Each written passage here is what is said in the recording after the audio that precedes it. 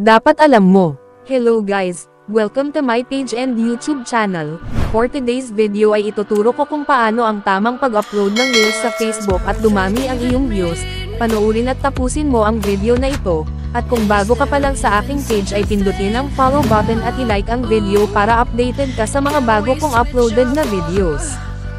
Una, punta ka sa timeline mo at i-click mo itong si dashboard.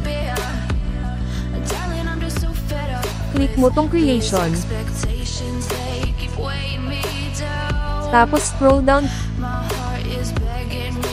Click Inspiration Hub at may makikita kang mga viral hashtags na ginagamit din ng mga content creators. Pili ka lang sa mga hashtags na ito at dapat piliin mo yung mas madaming users.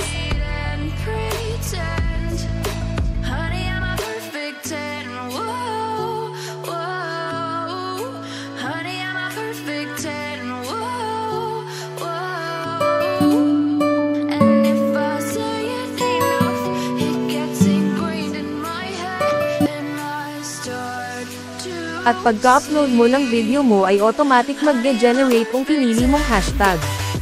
Lagyan mo ng title na naayon sa in-upload mong video, at dagdagan mo pa ang paglagay ng hashtags para mas dumami pa ang iyong viewers at isa-suggest ni Meta tong video mo sa ibang content creators.